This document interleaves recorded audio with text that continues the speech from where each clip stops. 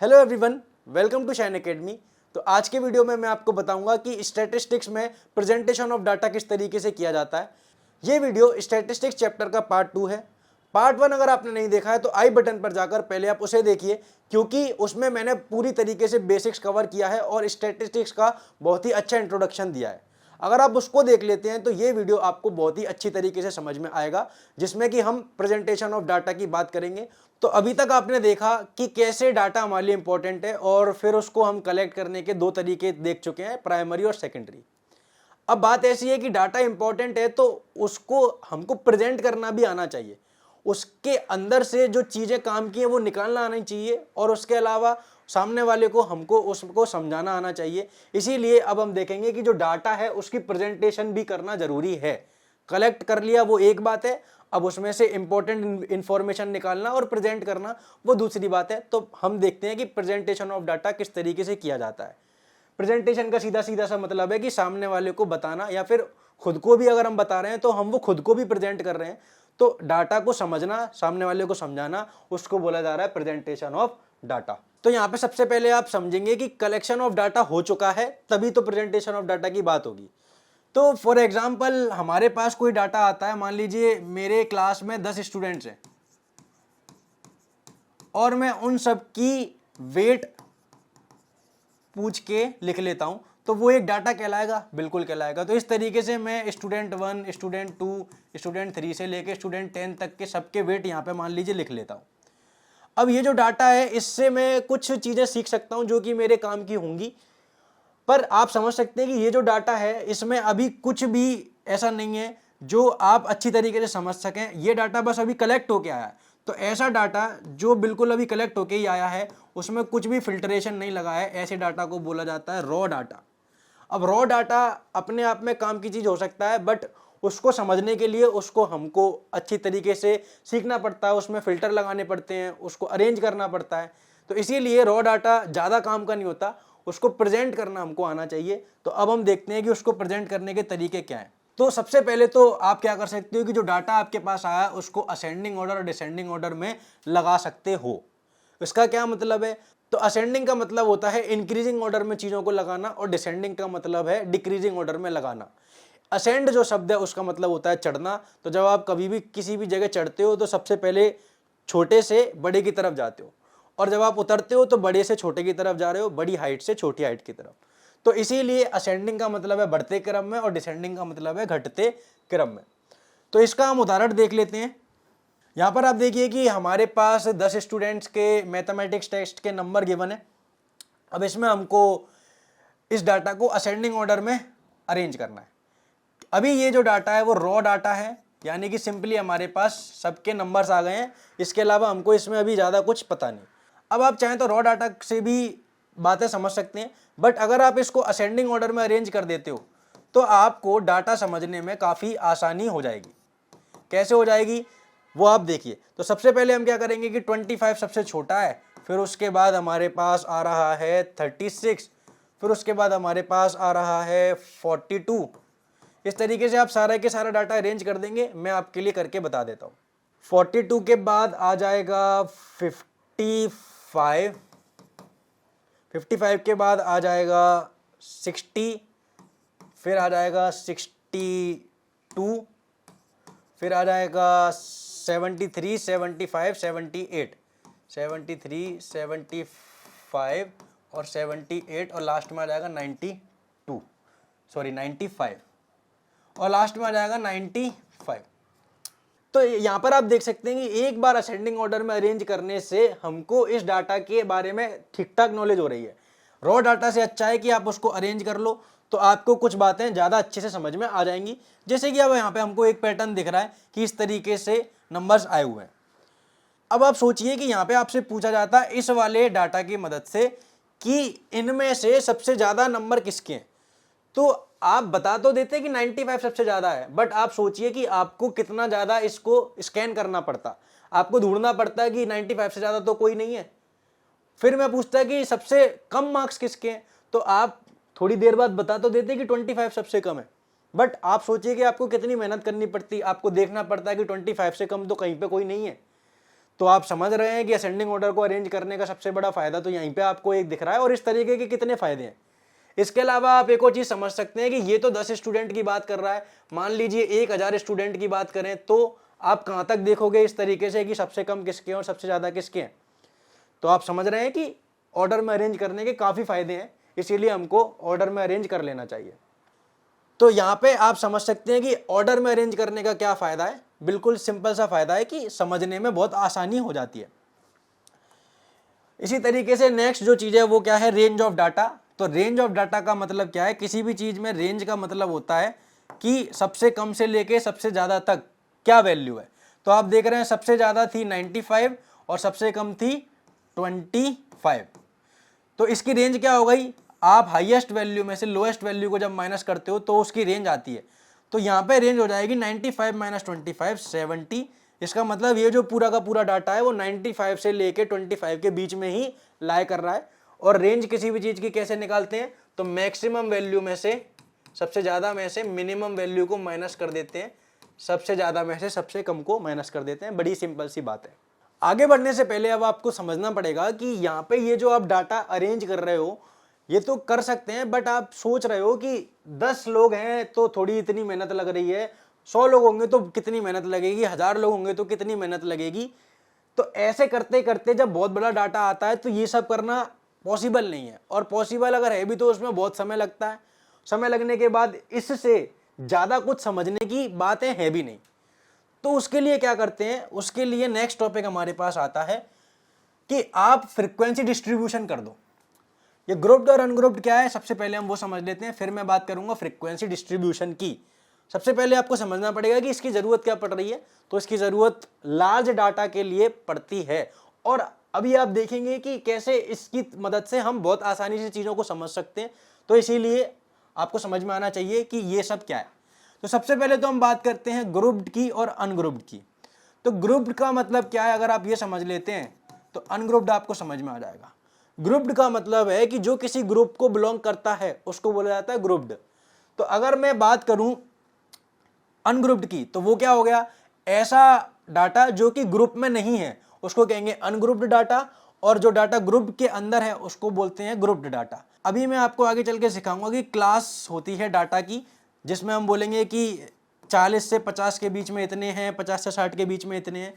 तो आप basic idea लगा सकते हैं कि ऐसा डाटा जो कि क्लास में हो उसको ग्रुप्ड डाटा बोलेंगे, और ऐसा डाटा जो कि क्लास में नहीं है उसको अनग्रुप्ड डाटा बोलेंगे। जैसा कि इस एग्जांपल में हमारे पास था, इस डाटा में आप देखिए कि पूरा रॉ डाटा है, सिंपली हमको नंबर्स दे दिए गए हैं, यहाँ पर कोई ग्रुप नहीं है, तो ऐसे डाटा को अनग्रुप्ड डाटा बोला जाता है। फ्रीक्वेंसी क्या होता है, तो फ्रीक्वेंसी समझ लीजिए, फ्रीक्वेंसी का मतलब है नंबर ऑफ अकरेंस। जैसे कि मैं बात करूं कि एक दिन के अंदर 24 घंटे होते हैं तो वो डेली होते हैं, तो एक दिन के अंदर आवर्स की फ्रीक्वेंसी क्या हो गई, 24। नंबर ऑफ अकरेंस को फ्रीक्वेंसी बोला जाता है। अगर हम बात करें कि मेरे जेब में मान लीजिए 500 रुपये हैं, जिसमें से 100 के मान लीजिए 3 नोट हैं और 200 का 1 नोट है, तो ये जो 3 नोट हैं वो 100 की फ्रीक्वेंसी बता रहे हैं, ये जो 1 नोट है वो 200 की फ्रीक्वेंसी बता रहा है, क्योंकि इनकी नंबर ऑफ अकरेंस क्या है, वही इनकी फ्रीक्वेंसी कहलाती है। और डिस्ट्रीब्यूशन का मतलब होता है कि आपने चीजों को बांट दिया है। डिस्ट्रीब्यूट करना माने डिस्ट्रीब्यूशन। तो अब आपको समझ में आ रहा होगा कि अब हम प्रेजेंटेशन ऑफ डाटा, डाटा को प्रेजेंट करेंगे अनग्रुप्ड फ्रीक्वेंसी डिस्ट्रीब्यूशन में। पहले हम देखेंगे कि अनग्रुप्ड फ्रीक्वेंसी क्या होता है, फिर हम देखेंगे कि ग्रुप्ड फ्रीक्वेंसी क्या होता है। एक और बात मैं आपको बताना चाहूंगा, आगे चैप्टर में हम देखेंगे मीन, मीडियन और मोड क्या होता है। मीन, मीडियन और मोड। तो क्लास 9th में अगर आप हो तो आप मीन, मीडियन और मोड सीखोगे, बट सिर्फ अनग्रुप्ड डाटा के लिए। और क्लास 10th में मीन, मीडियन ऑफ मोड की बातें होंगी ग्रुप्ड डाटा के लिए। तो ये मैं क्या समझा रहा हूं, इसलिए समझा रहा हूं कि अगर आप अभी अनग्रुप्ड ढंग से समझोगे तो क्लास 10th में आपको ग्रुप्ड ढंग से समझ में आएगा, क्योंकि क्लास 10th में भी ये चैप्टर वापस से आता है। तो इसी तरीके से अब हम बढ़ते हैं आगे की तरफ। आगे हमारे पास एक एग्जांपल है, और अब आप यहाँ पे देख सकते हैं कि ये जो डाटा है, क्योंकि सबका नंबर अलग अलग दिए हुए हैं, तो ये डाटा अनग्रुप्ड डाटा है। अब ये अनग्रुप्ड है तो कोई बात नहीं, हम इसको फ्रीक्वेंसी डिस्ट्रीब्यूशन में अरेंज करने की कोशिश करेंगे। क्वेश्चन क्या है कि consider the marks bye 30 students of class 10 of a school, यानी कि एक स्कूल के 30 बच्चों के 100 में से इतने इतने नंबर आए हैं और हमको इस डाटा को फ्रीक्वेंसी डिस्ट्रीब्यूशन के टेबल में अरेंज करना है। तो अब आप देखिए कि यहाँ पे हम पहले बार की तरह असेंडिंग और डिसेंडिंग ऑर्डर में नहीं लगा रहे, इस बार हम फ्रीक्वेंसी डिस्ट्रीब्यूशन में अरेंज करेंगे, जिसमें कि हमको क्या करना होता है, आप इस तरीके से टेबल बना लीजिए और फिर क्या करना है, आपने जब मार्क्स देख लिए कि बच्चों के कुछ इस तरीके से मार्क्स हैं, 10 की आपने टेबल अलग बना ली, 20 की अलग, 30 की अलग, 40 की अलग, 50 की अलग, 56 की अलग, 70, 72, 80, 88, 92 और 95। यहाँ पे आप एंट्रीज चेक करें, जितनी एंट्रीज हैं उनकी हमने अलग से एक टेबल बना ली। जैसे कि 10 नंबर किसी के आए हैं तो 10 की हमने बना ली, 20 आए हैं तो 20 की बना ली, 36 आए हैं तो 36 की बना ली। अब हमको क्या करना है, चेक करना है कि 10 वाले कितने हैं। तो आप देख सकते हैं 10 वाले कितने लोग आपको दिखेंगे, 10 वाले आपको दिख रहा है कि एक अकेला ही है। तो आप क्या करोगे, 10 वाला अगर अकेला एक है तो यहाँ पे आप लिख दोगे एक बच्चा है 10 वाला, फ्रीक्वेंसी यानी कि नंबर ऑफ स्टूडेंट्स। अब हम बात करते हैं 20 की, तो अब आप चेक करो 20 वाले कितने दिख रहे हैं, एक ये दिख रहा है और कहीं दिख रहा है 20 वाला, 20 वाला नहीं दिख रहा, तो 20 वाले भी कितने हैं, एक है। अब हम बात कर रहे हैं किसकी, 36 की, तो 36 वाले हमको देखने हैं कितने हैं, 36 वाला एक ये रहा, एक ये रहा, एक ये रहा, 3 ही है। तो यहाँ पे हम क्या लिख देंगे कि 36 वाले 3 है। इसी तरीके से आपको पूरी टेबल भरनी होती है और इसी को बोला जाता है frequency distribution of ungrouped data. मैं एक दो आपको और बता देता हूँ। मान लीजिए 50 की बात करते हैं तो 50 का एक ये दिख रहा है, एक ये दिख रहा है, एक ये दिख रहा है मुझे 50 का, और कोई नहीं दिख रहा, तो 50 वाले में हम 3 लिख देंगे। अब आप समझ सकते हैं कि ये जो प्रेजेंटेशन है वो पहले वाला जो हमने देखा था उससे बेटर है। इस तरीके से आप पूरी टेबल भर सकते हैं और एक बार में अब आपको समझ में आ जाएगा कि डाटा जो है वो क्या बताना चाह रहा है। अगर आप इस टेबल को पूरा भर लेंगे तो आप उस डाटा को अच्छी तरीके से रिप्रेजेंट कर पा रहे हैं, उस डाटा को अच्छी तरीके से समझने में हमको हेल्प मिलेगी। तो ये होता है अनग्रुप्ड फ्रीक्वेंसी डिस्ट्रीब्यूशन को इस तरीके से टेबल की मदद से हम प्रेजेंट कर सकते हैं। नेक्स्ट हमारे पास आ गया ग्रुप्ड फ्रीक्वेंसी डिस्ट्रीब्यूशन। इसको पढ़ने से पहले आपको यहाँ पे एक चीज समझनी पड़ेगी, वो क्या है कि अनग्रुप्ड फ्रीक्वेंसी डिस्ट्रीब्यूशन में एक बहुत बड़ी समस्या है। वो समस्या क्या है कि वो छोटे मोटे डाटा के लिए तो ठीक है, जैसे कि आपने यहाँ पे देखा कि 30 बच्चों की बात करी तो आप देखिए कि कितनी बड़ी टेबल बनी। पहली बात तो यही समझ में आ रहा है। दूसरी बात यह है कि चलो ये 30 की थी तो थोड़ा बहुत हमने समझ भी लिया कि करना क्या है। मान लीजिए यहाँ पे 30 की जगह 500 बच्चे होते, क्योंकि एक स्कूल में 500 हो भी सकते हैं। अगर हम पूरे 10th क्लास की बात करें बोर्ड की, तो एक बोर्ड में लगभग 8 से 10 लाख बच्चे पेपर देते हैं। तो 10 लाख बच्चे अगर पेपर दे रहे हैं तो आप सोचिए कि इसकी अगर आप अनग्रुप्ड फ्रीक्वेंसी की डिस्ट्रीब्यूशन बनाओगे तो वो कितनी बड़ी बनेगी। अगर आप ये सोच पा रहे हो तो आपको समझ में आना चाहिए कि वो टेबल बनाने के लिए आपको क्या करना पड़ेगा, 1 नंबर का अलग लगाना पड़ेगा कॉलम, 2 नंबर का अलग लगाना पड़ेगा, 3 का अलग लगाना पड़ेगा, 4 का अलग लगाना पड़ेगा, ऐसे करते करते 100 तक का कॉलम लगाना पड़ेगा। क्योंकि हम अनग्रुप्ड की बात कर रहे हैं तो आपको हर नंबर के लिए एक कॉलम बनाना पड़ेगा और नंबर 1 से लेकर 100 तक ही आ सकते हैं। आप चाहो तो 0 का भी बना सकते हो। तो 0 से लेकर 100 तक का बनाओगे, फिर गिनने बैठोगे कि किसके कितने आए हैं, बहुत ज़्यादा समय लगेगा और उससे हमारा डाटा को समझने का ज़्यादा फायदा नहीं बनेगा। इसीलिए हम क्या करते हैं कि इसकी जगह जो डाटा है उसको हम ग्रुप्ड फ्रीक्वेंसी डिस्ट्रीब्यूशन में लेके आते हैं। तो आपको सबसे पहले समझ में आना चाहिए कि इसकी ज़रूरत क्या पड़ी, क्योंकि ये बेटर ऑप्शन है, इसीलिए हम ग्रुप्ड फ्रीक्वेंसी में लेके आते हैं। अब ग्रुप्ड फ्रीक्वेंसी के लिए क्या करते हैं कि हम अपने डाटा को क्लासेस में डिवाइड कर लेते हैं। क्लासेस में डिवाइड करने का क्या मतलब है कि ये जो 0 से लेके 100 नंबर तक का खेल है उसमें हमने क्या किया कि मान लेते हैं कि 0 से लेके 10 तक के बच्चों को अलग लिख लो, 10 से लेके 20 तक के बच्चों को अलग लिख लो, 20 से लेके 30 तक के बच्चों को अलग लिख लो। इस तरीके से आप 10 क्लास बनाओगे तो आपके पास लास्ट क्लास आ जाएगी 90 से लेके 100 तक के बच्चों को अलग लिख लो। और अब आप सोच सकते हो कि इस तरीके से टेबल बहुत छोटी बनी और उसमें समझना बहुत आसान हो गया। तो ये क्लास का खेल है। और यहाँ पे एक बहुत ही इंपॉर्टेंट बात ये है कि ये जो क्लास होती है इसकी साइज क्या हो गई, तो आप देख रहे हैं 10 का गैप है, यहाँ पे 10 का गैप है, यहाँ पे भी 10 का गैप है। तो क्लास की साइज हम अपने अकॉर्डिंगली ले सकते हैं। क्लास साइज हमारे मन के ऊपर डिपेंड है कि हमको जैसी ज़रूरत होगी हम उतनी बड़ी क्लास साइज ले लेते हैं। तो क्लास साइज क्या है वो आपको समझना है। और क्लास अपने मन से भी ले सकते हैं, मतलब मैं चाहता तो 10 की जगह मैं 20 के गैप में भी ले सकता था। मैं बोलता कि 0 से 20 तक के बच्चों को अलग रखो, 20 से 40 के अलग रखो, 40 से 60 को अलग रखो, 60 से 80 को अलग रखो और 80 से 100 को अलग रख दो। तो ये भी एक टेबल बन जाएगी फ्रीक्वेंसी डिस्ट्रीब्यूशन की, और ये भी सही है। मतलब मैं ये समझाना चाह रहा हूँ कि क्लास साइज हम अपने मन के अकॉर्डिंग ले सकते हैं। इसके अलावा एक छोटी सी बात और है कि जो क्लास साइज होती है उसमें 2 नंबर आ रहे हैं यहाँ पे, एक छोटा वाला और एक बड़ा वाला। तो छोटे वाले को लोअर लिमिट बोलते हैं क्लास की और बड़े वाले को अपर लिमिट बोलते हैं क्लास की। तो ये छोटी मोटी बातें हैं जो कि आपको पता होनी चाहिए। अब ग्रुप फ्रीक्वेंसी में क्या करने वाले हैं वो आपको समझ में आ रहा है, तो आइए हम इसको एक एग्जांपल के थ्रू देख लेते हैं। ये सब चीज़ें मैं आपको समझा चुका हूँ। What are classes, class interval किसे कहेंगे, क्लास लिमिट अपर वाली कौन सी है, लोअर वाली कौन सी है, क्लास साइज को ही क्लास विड्थ भी बोलते हैं। तो ये चारों चीज़ आपको समझ में आ रही हैं कि नहीं, आप मुझे कमेंट करके ज़रूर बता दीजिए। फिर हम बढ़ते हैं आगे की तरफ।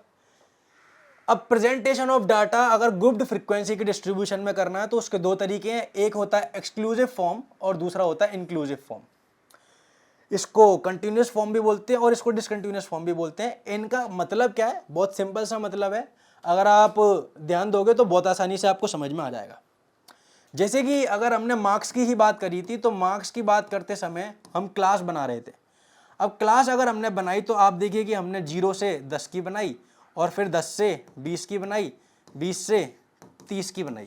अब इस तरीके से डाटा को प्रेजेंट करने में एक दिक्कत आती है, और वो दिक्कत क्या है, आप सोचिए कि यहाँ पे मान लीजिए एक बच्चे के 15 नंबर आते हैं, तो आप बोलोगे कि वो इस वाले ग्रुप में चले जाएगा, कोई दिक्कत नहीं।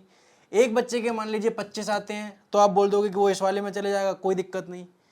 पर आप सोचिए कि जिसके 10 नंबर आए हैं वो किस में जाएगा, पहले वाले में कि दूसरे वाले में, क्योंकि यहाँ पे हम डिसाइड नहीं कर पाते। तो इसके लिए क्या किया जाता है कि एक तरीका निकाला जाता है जिसको कि क्या बोल रहे हैं कि आप अपर लिमिट को, किसी भी क्लास की अपर लिमिट को एक्सक्लूड कर दो, अपर लिमिट को एक्सक्लूड कर दो। इसीलिए आप क्या करोगे कि जो 10 है यहाँ पे आप देखिए वो अपर लिमिट में है, तो ये जो नंबर है वो इसमें नहीं आएगा और ये जो नंबर है वो इसमें आ जाएगा, क्योंकि यहाँ पे 10 लोअर लिमिट में है, अपर लिमिट में नहीं है, इसीलिए ये नंबर इसमें आ जाएगा। कंफ्यूज होने की कोई बात नहीं। अगर मैं इसी तरीके से बात करूं 20 की, तो क्योंकि इस बार हम क्या बोल रहे हैं कि अपर लिमिट को एक्सक्लूड कर दो, तो यहाँ पे 20 नहीं आ सकता क्योंकि ये अपर लिमिट है और उसको हमने एक्सक्लूड कर दिया, हटा दिया, तो इसीलिए 20 जो है वो यहाँ पे आएगा। तो ऐसा मेथड जिसमें हम अपर लिमिट को एक्सक्लूड कर देते हैं, उस मेथड को नाम से ही आप समझ रहे होगे एक्सक्लूसिव फॉर्म बोला जा रहा है, जिसको कि कंटिन्यूअस फॉर्म बोला जा रहा है। और इसका दूसरा तरीका क्या है, तो इससे बचने के लिए हम क्या कर देते हैं कि क्लास के ग्रुप ही अलग तरीके से बना लेते हैं, यानी कि 0 से 10 का एक बना लिया, फिर अगला बनाया 11 से 20 का, फिर अगला बनाया 21 से 30 का।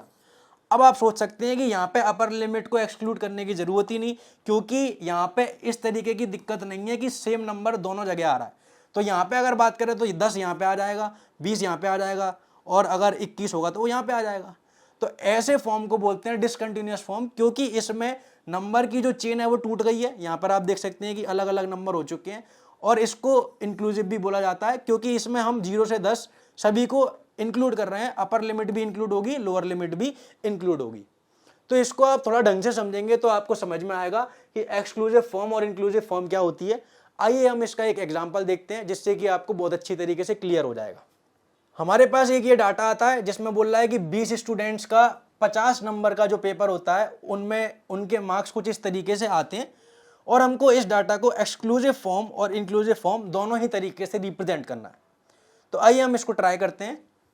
तो सबसे पहले हमने क्या किया, एक्सक्लूसिव फॉर्म को रिप्रेजेंट करने का ट्राई किया। अब आप जैसा कि समझ सकते हैं एक्सक्लूसिव में हमको अपर लिमिट को क्या करना होता है, अपर लिमिट को एक्सक्लूड करना रहता है। तो यही तो इसका नाम था, इसीलिए इसका नाम एक्सक्लूसिव मेथड लिखा है।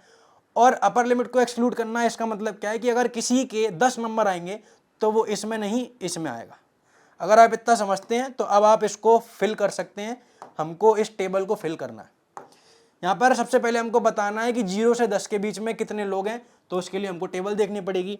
तो 0 से 10 के बीच में एक ये दिख रहा है, एक ये दिख रहा है और एक ये दिख रहा है, 3 ही लोग दिख रहे हैं। तो इसके लिए हम बोलेंगे कि यहाँ पे 3 लोग आएंगे। टैली मार्क्स कैसे बनाएंगे, 1 2 3 और नंबर ऑफ फ्रीक्वेंसी कितनी आ जाएगी, 3। यहाँ पर आप देखिए कि क्लास साइज हमने अपने मन से 10 का लिया है। हम चाहते तो क्लास साइज और छोटा या और बड़ा भी ले सकते थे। मैंने आपको बता दिया कि क्लास साइज अपने मन से लिया जा सकता है। नेक्स्ट हम बात करते हैं 10 से 20 की।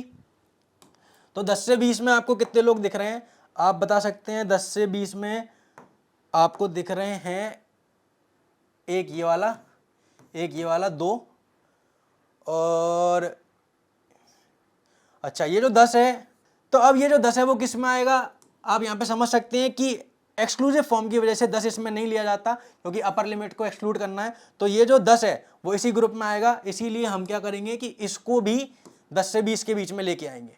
ये भी 10 से 20 के बीच में है। तो इस तरीके से आप देख सकते हैं कि 1 2 3 4 लोग जो हैं वो 10 से 20 के बीच में आ रहे हैं। तो 1 2 3 4 और यहाँ फिर हम क्या लिख देंगे, 4। 20 से 30 की बात करते हैं। 20 से 30 में हमको कौन कौन दिख रहा है, तो 20 से 30 में एक तो ये दिख रहा है, एक ये दिख रहा है, और अगर मैं बात करूं इसकी तो आप समझ रहे हैं कि 20 से 30 में 30 अपर लिमिट हो गई, तो इसको अभी एक्सक्लूड करना पड़ेगा, हटाना पड़ेगा। तो बेसिकली मुझे दिख रहे हैं एक और ये दो ही नंबर दिख रहे हैं, तो इसको मैं लिख दूंगा 1 और 1, 2 मुझे दिख गए। अब हम इसी तरीके से बात करते हैं 30 से 40 के बीच के। तो 30 से 40 के बीच में मुझे कौन कौन से दिख रहे हैं, मैं फटाफट से देख लेता हूं। तो ये इस बार 30 से 40 के बीच में आ जाएगा, एक ये आ जाएगा, एक ये आ जाएगा, एक ये आ जाएगा, एक ये आ जाएगा, और कोई से नहीं आने वाले। तो 1 2 3 4 5 मुझे दिख गए 30 से 40 के बीच में, जिसको कि मैं कैसे लिखूंगा, 1 2 3 4 5। टेलीफॉर्म इस तरीके से लिखते हैं और यहाँ पे आ जाएगा 5। अब हम बात करते हैं 40 से 50 की। तो 40 से 50 में आपको दिख रहा होगा कि बचे हुए आ जाएंगे 1 2 3 4 5 6। तो ये आ जाएंगे 40 से 50 के बीच में 6। और टैली मार्क्स में कैसे लिखेंगे, 1 2 3 4 5 1। अब आप जोड़ सकते हैं कि ये टोटल कितना हो रहा है, तो 3 और 4 7, 7 और 2 9, 9 और 6 15, 15 और 5 20। तो टोटल 20 लोग ही हैं। इसका मतलब सारी की सारी एंट्रीज आ चुकी हैं और इस तरीके से हमने एक्सक्लूसिव फॉर्म को रिप्रेजेंट कर लिया है। अब हम इसी का इंक्लूसिव फॉर्म वाला देख लेते हैं। तो इंक्लूसिव फॉर्म में आप देखिए कि क्लास का जो साइज है वो तो वैसा ही है, बट इस बार इंटरवल अलग तरीके से लिया जाता है और इसमें आप देख रहे हैं कि जो नंबर जैसा है वो वैसे ही ग्रुप में चले जाएगा। तो यहाँ पर आपने देखा कि कैसे 1 से लेके 10 तक के बीच में हमने गिना था, तो वो आ रहे थे 1 2 और इस तरीके के साइन कहाँ पे, यहाँ पे 3। और इस बार 10 भी हमारे पास आ जाएगा, तो ये नंबर इस बार पहले ग्रुप में ही जाने वाला है, इसीलिए पहले वाली एंट्री कितनी आ जाएगी, 4। अब 11 से 20 की अगर बात करें तो अब आपको दिख रहा होगा 11 से 20 में कितने नंबर आने वाले हैं। 11 से 20 में आएंगे, उसके साइन किधर है, ये वाला जो क्रॉस लगा है वो 11 से 20 का है। तो 1 2 3 और ये तो अब जा चुका है, तो 1 2 3 ही मुझे दिख रहे हैं। तो इस बार कितना हो जाएगा, 3। इसी तरीके से अगर मैं बात करूं 20 से 30 की, तो यहां पर आप देख सकते हैं कि एक साइन ये है, एक साइन ये है, 2 ही है और 30 इस बार हमारे पास इस वाले ग्रुप में ही आएगा।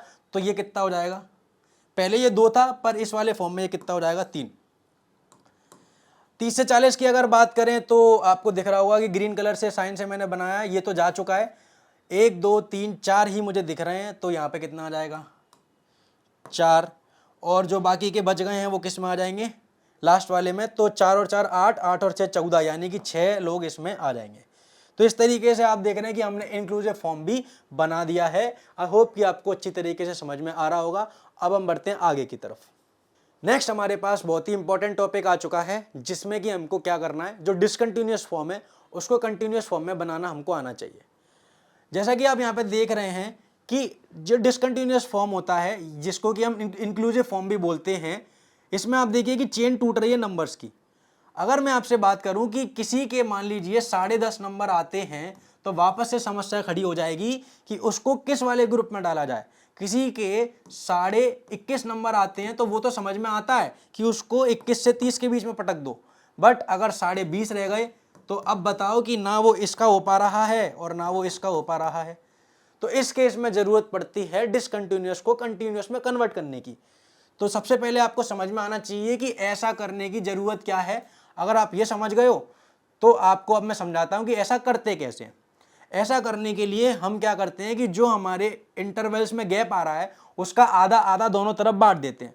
फॉर एग्जांपल 0 से 10 था और मान लीजिए 11 से 20 था और 21 से 30 था। अब अगर आपको समस्या समझ में आ रही है तो उसका जो सॉल्यूशन है वो कैसे हो जाएगा। यहाँ पर आप देख रहे हैं गैप कितने का है, 1 का। यहाँ पर आप देख रहे हैं गैप कितने का है, 1 का। तो जो क्लास का इंटरवल का गैप है उसका क्या करो, आधा आधा दोनों में बांट दो। तो अब आप क्या करोगे कि 0 से 10.5 का क्लास साइज बना लो और यहाँ पे 10.5 से 20.5 का बना लो और यहाँ से 20.5 से 30.5 का बना लो।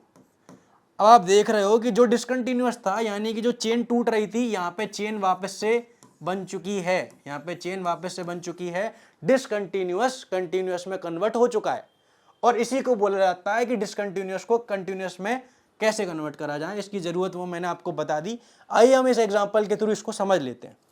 तो इस वाले एग्जाम्पल में हमको बोल रहा है कि 38 पैसेंजर्स हैं एक बस के अंदर जिनका वेट कुछ इस तरीके से गिवन है। इसमें बोल रहा है कि 2 नए पैसेंजर आते हैं जिनमें एक का वेट है 35.5 और एक का वेट है 40.5। अब वो पूछ रहा है कि क्या आप इन दोनों को इसमें इंक्लूड कर सकते हो। तो आप खुद ही देख के बताओ कि 35.5 इनमें से किसी में आ सकता है। 35.5 35 के बाहर है, 36 से पहले है तो वो नहीं आ सकता। 40.5 की अगर मैं बात करूं 40 से ऊपर है, 41 से छोटा है तो वो इसमें भी नहीं आ सकता। तो इस केस में क्या किया जाएगा, उस केस में हमको डिसकंटिन्यूअस फॉर्म को कंटिन्यूअस फॉर्म में कन्वर्ट करना पड़ेगा, जिसमें हम क्या करेंगे। तो मैंने आपको बताया कि ये जो गैप है, यहाँ पे गैप कितने का, 1 का, यहाँ पे गैप कितने का, 1 का, इसको आधा आधा दोनों में बांट देंगे और फिर आप देखिए कि जो हमारा प्रॉब्लम है वो सॉल्व हो जाएगा। तो इसके लिए हम क्या करते हैं, फटाफट से देख लीजिए कि जो क्लास साइज है इसको हम वापस से बना देते हैं। यहाँ पर हम क्या करेंगे, 31 से 35 की जगह 30.5 से 35.5 का क्लास बना लेंगे।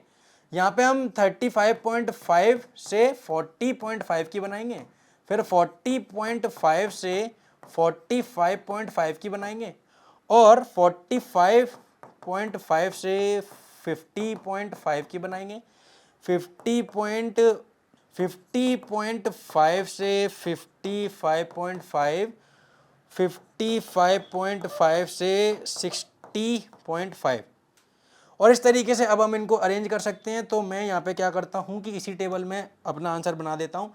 आप देखिए कि यहाँ पे पहले 10 लोग थे, 35.5 का एक और आ गया है और जो 35.5 का एक और आया है क्या हम उसको इस ग्रुप में रख सकते हैं, बिल्कुल नहीं रख सकते, क्योंकि कंटिन्यूअस फॉर्म में हमने देखा था कि हमको अपर लिमिट को एक्सक्लूड करना है।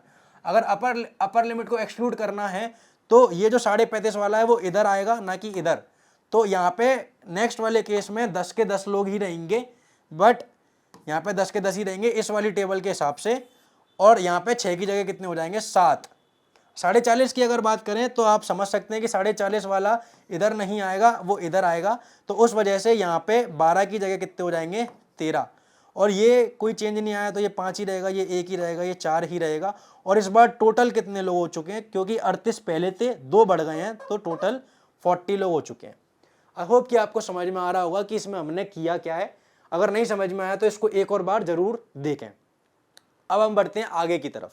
अगर आपको पिछला क्वेश्चन समझ में आया तो इस टेबल को अब आप समझ सकते हैं कि किस तरीके से फिल करना है। मैंने इस टेबल को यहीं पे फिल करके दिखा दिया है।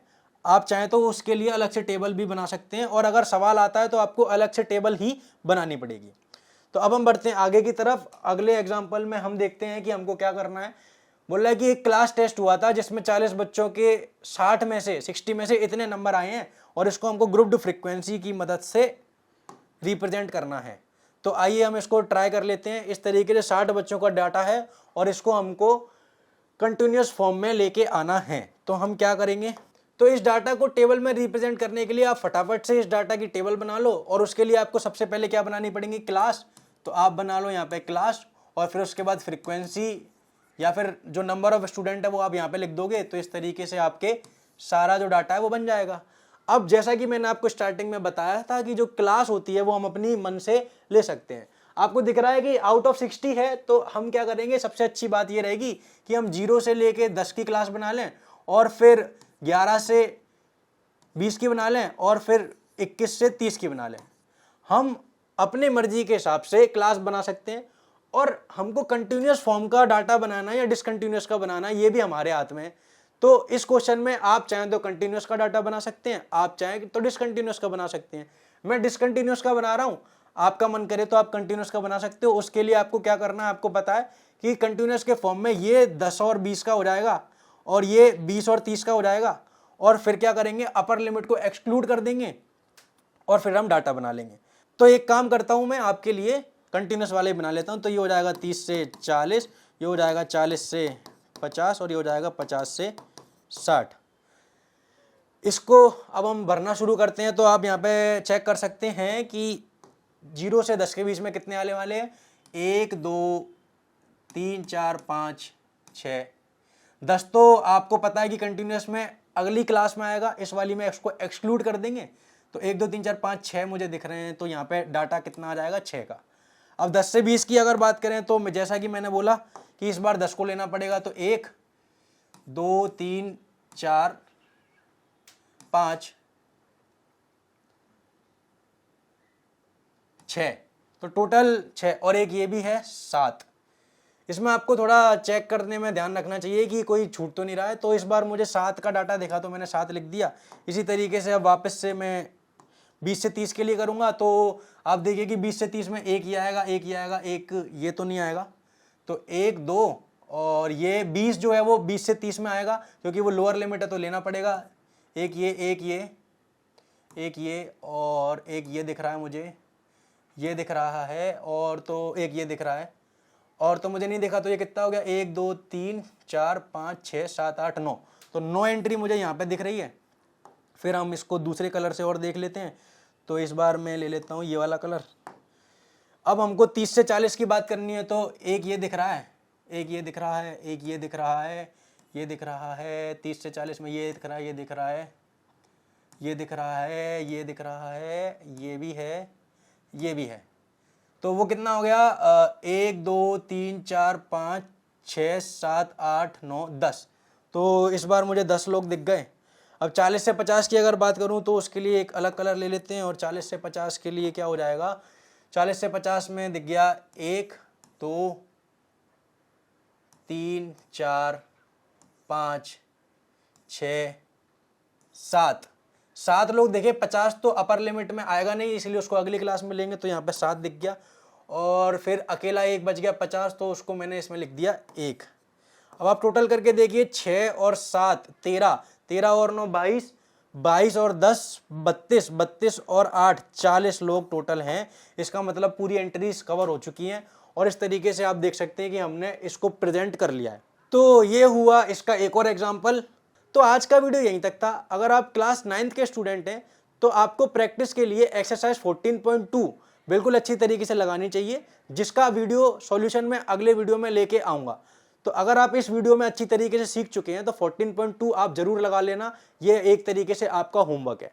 तो वीडियो आपको कैसा लगा आप लोग कमेंट करके जरूर बताना। वीडियो अच्छा लगा है तो वीडियो को लाइक कर दीजिए, और इसी तरीके के वीडियो देखने के लिए चैनल को सब्सक्राइब कर दीजिए। अगर आपको कोई डाउट आता है तो आप मुझे इंस्टाग्राम पर मैसेज कर सकते हैं। इंस्टाग्राम की जो लिंक है वो डिस्क्रिप्शन में आ रही होगी। आप इस वीडियो को अपने दोस्तों के साथ भी शेयर करें, जिससे कि उनकी मैथ्स भी बहुत स्ट्रांग हो जाए और वो भी मैथ्स में काफ़ी आगे निकल जाए। तो आज के वीडियो के लिए इतना ही। अब हम मिलेंगे अगले वीडियो में, जब तक के लिए बाय बाय।